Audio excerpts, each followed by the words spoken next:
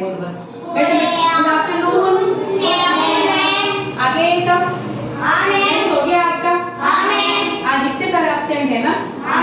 Class में तो शांति है फिर भी। कम भी ठीक हो, इतने काफी हो। गेम खेलते हो आप यहाँ पे? खाना रोज देते हैं? और दूध देते हैं? देते तो होंगे ना? कितने दिन देते? 1-2 महीने तक देते और बाद में 2 महीने। चलो ठीक है, आज अपनी कौन सी क्लास है? बेटा गेट लगा दो, अंदर आना काफी वाला गेट लगा दो। और मैडम जी बैठो है यहाँ झाड़ा कौन? अच्छा है, तो मैं आपको एक स्टोरी सुनाऊंगी, फिर आपकी बारी, फिर आपको ना स्टोरी सुनानी है। देखो, एक लड़का था छोटा सा, आपको जवाब नहीं देना, आपको सिर्फ सुनना है। एक लड़का था, उसकी बूढ़ी माँ थी जो बहुत बीमार थी। एक टाइम की बात थी, वो स्कूल भी जाता, इतना मेहनती बच्चा था कि बाद में स्कूल के आने के बाद में जंगल में घर था उनका, वो जंगलों से लकड़ियाँ काट करके, फिर लकड़ियाँ बेच करके, फिर अपनी माँ का, उनकी मम्मी माँ थी ना जो बूढ़ी, उनका इलाज करते थे। हाँ सुनो आगे। फिर वो क्या, और एक दिन क्या हो गया कि वो लकड़ियाँ काट के घर आ रहा था कि उसको आते आते थोड़ा सा अंधेरा हो गया, रात होने लगी तो उसको एक पेड़ के पीछे आवाज आई, पता नहीं किसी की आवाज आ रही थी। उसने जाके हिम्मत करके पेड़ के पीछे खड़ा होके सुना। उसने सुना तो देखा कि 2 चोर आपस में बातें कर रहे थे, उसी गांव को लूटने की, चोरी करने की, जिस गांव में वो अमन नाम का एक लड़का रहता था। फिर उसको पता चला, उसने ध्यान से सुनी सारी बात सुनने के बाद वो गांव में दौड़ा आया और गांव के जो सरपंच मुखिया होता है ना, उसको सारी बातें सुनाई कि अपने ना जंगल में 2 चोर है जो आज रात को गांव में चोरी करने के लिए आए। तो वो सरपंच ने उससे नाम लिया, बाद में गांव में सभी गांव वालों को बोल दिया कि आप क्या करोगे, आज लाइटें जल्दी बंद करके सोने का नाटक करना। तो गांव वालों ने मुखिया की बात मानी और टाइम पर जल्दी लाइटें बंद करके सब सोने के नाटक करने लगे।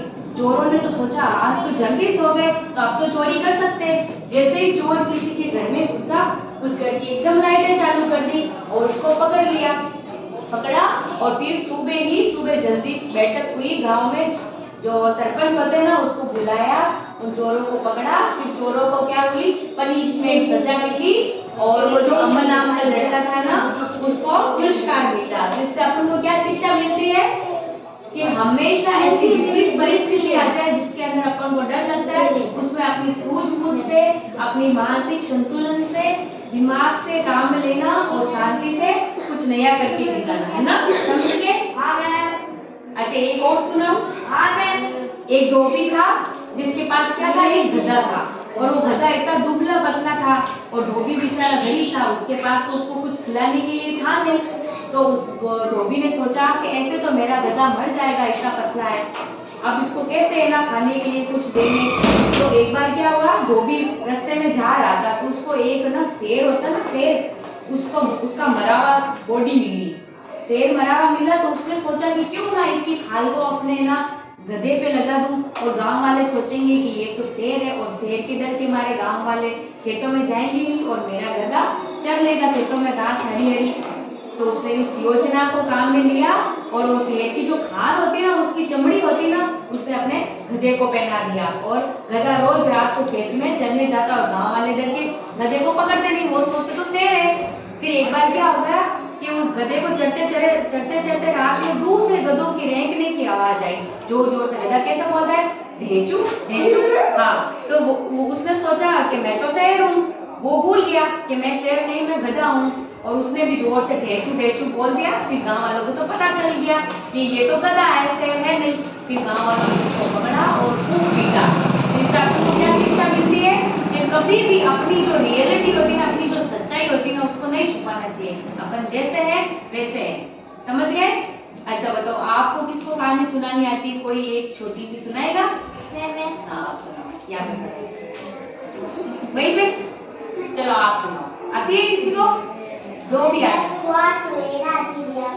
बच्चों ने तब आके खोली, अच्छे बच्चे बच्चे करते वचन को धोकर रोज रात भोजन आपकर खाना खाते माता खाकर करते। कहानी सुना वाली या फिर खरगोश वाला, आती लोमड़ी वाली। हाँ सुनो, यहाँ पे खड़े हो जाओ।